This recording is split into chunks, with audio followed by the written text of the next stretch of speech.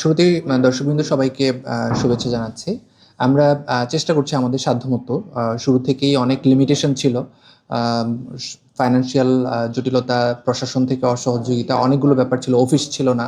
তার মধ্যেও আমরা ধীরে, ধীরে কাজ শুরু করে আমরা চেষ্টা করছি শিক্ষার্থীদের যতগুলো দাবি-দাওয়া আছে, সকল দাবি-দাওয়া মাড়িয়ে চড়াই-উতরাই পেরিয়ে আমরা যেন শিক্ষার্থীদের জন্য নিজেদের সর্বোচ্চটুকু বিলিয়ে দিতে পারি। তারই অংশ হিসেবে আমার স্বাস্থ্য পরিবেশ সম্পাদকের জায়গা থেকে নোটেবল বেশ কিছু কাজ করার চেষ্টা করেছি।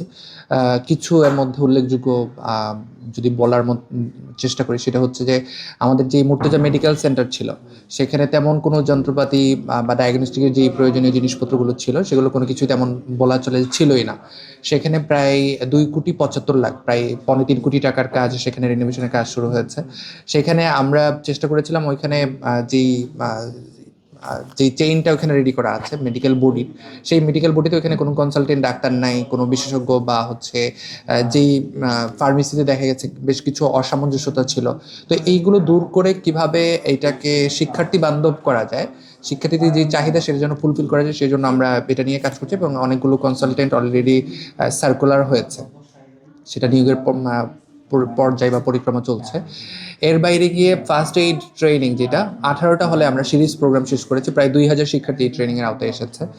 তারপরে আবারও 18টা হলে একটা বড় প্রোগ্রাম হয়েছে শিক্ষার্থীদের ঘুমাইতে না পারার যে ক্রাইসিস, যে সারাদিন পড়ালেখা করে বা নিজের ব্যস্ততা শেষ করে যখন রুমে যায় তখন ছারপোকার কামড়ের কারণে পড়ার টেবিলে পড়া যায় না, শোয়ার এখানে গিয়ে শোয়া যায় না, ঘুমানো যায় না। এই যে ক্রাইসিসটাকে অ্যাড্রেস করে আমরা প্রায় একেবারে সেন্ট্রাল ডাকসু থেকে 18টা হলেই আমরা ছারপোকা নিধনের যে কার্যক্রম, 2-একটা হল নিজে থেকে দিয়েছে তারা হল প্রশাসনের সহযোগিতায়, বাট বাকি সবগুলো হলে এটা আমরা দিয়েছি। এর বাইরে গিয়ে মশার প্রকোপ যে বৃদ্ধি পেয়েছিল রিসেন্টলি সোশ্যাল মিডিয়াতে আমাদের ইন্টারনাল যে বিশ্ববিদ্যালয় গ্রুপগুলো আছে শিক্ষার্থীরা দাবি জানিয়েছিল, সেটাকে সামনে রেখে আমাদের এখানে যে ফগ মেশিনটা আছে এটা বিশ্ববিদ্যালয়ের প্রত্যেকটা হলে নিজস্ব আছে, তারা সেখান থেকে দেয়। বাট লার্ভিসের যে ওষুধটা এটা আমরা সিটি কর্পোরেশনের সহযোগিতায় পুরো বিশ্ববিদ্যালয় একাডেমিক এরিয়া, হল পাড়া বা আদার্স যেই রোডগুলো আছে যেখানে মশার ডিম্বাণুগুলো তৈরি হয় সেই ওষুধগুলো আমরা পুরো বিশ্ববিদ্যালয় জুড়ে এটা দিয়েছি। এর বাইরে গিয়ে ক্লিনিং ক্যাম্প হয়েছে, তারপরে ব্রেস্ট ক্যান্সার অ্যাওয়ারনেস প্রোগ্রাম হয়েছে, মেন্টাল হেলথ নিয়ে প্রোগ্রাম হয়েছে। এরকম আরও আমরা সিরিজ প্রোগ্রাম আমাদের চলমান পর্যায়ে আছে। রিসেন্টলি ভূমিকম্পের কারণে যে ক্যাম্পাসটা বন্ধ হয়েছে, ভূমিকম্প মাত্রই ক্যাম্পাস খুললো 4-5 দিন হলো।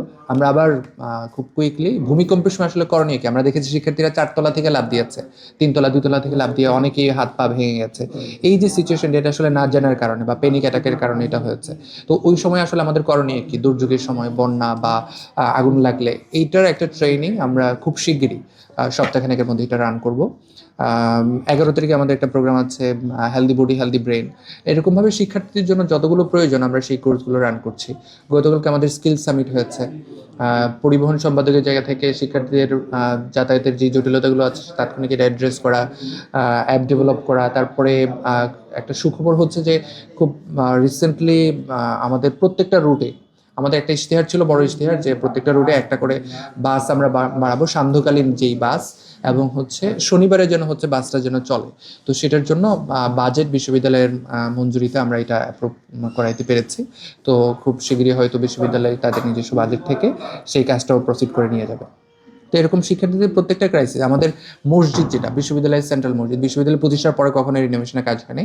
এখানে একজন ভাই নাম প্রকাশ অনিচ্ছুক প্রায় 2 কোটি টাকার রিনোভেশনের কাজ সেখানে করে দিচ্ছেন। আপনারা জানেন এখানে এয়ার কন্ডিশন, তারপরে নামাজের জন্য যেই পার্টি যেটা লাগে ওইটা ওখানে দেওয়া হয়েছে, রং করা হয়েছে, মেয়েদের জায়গাটা বাড়ানো হয়েছে, অজুখানার কাজ সেখানে সমৃদ্ধ করা হয়েছে। এরকমভাবে আরও প্রত্যেকটা হল সংসদকে আমরা চেষ্টা করছি যে খাবারের মান বৃদ্ধি, এটা আমাদের ইশতেহারে ছিল। হল সংসদ যেন সেই জায়গাগুলো অ্যাড্রেস করে, যেহেতু হল সংসদ আরও মোর লায়াবল খাবারের জায়গাগুলো বা ইন্টারনাল শিক্ষার্থীদের কাছাকাছি থাকে হল সংসদ। সেন্ট্রাল আমরা পুরো বিশ্ববিদ্যালয়ের জন্য কাজ করছি, আবার আমরা সেন্ট্রালি প্রত্যেকটা হল সংসদকে আমাদের জায়গা থেকে ইন্সপায়ার করছি তারা যেন কাজগুলোকে কোঅর্ডিনেট করে নেয়। আমরা যে ইশতেহারগুলো দিয়েছি এখনো পর্যন্ত ইশতেহার ধরেই আমরা কাজ করার চেষ্টা করছি। পার্সেন্টেজ এটা বলাটা কঠিন হবে, বাট লিটারালি আমরা আশাবাদী যে আমরা যা ইশতেহার দিয়েছি তার থেকে অনেক গুণ বেশি আমরা কাজ শিক্ষার্থীদের উপহার দিতে পারবো ইনশাআল্লাহ।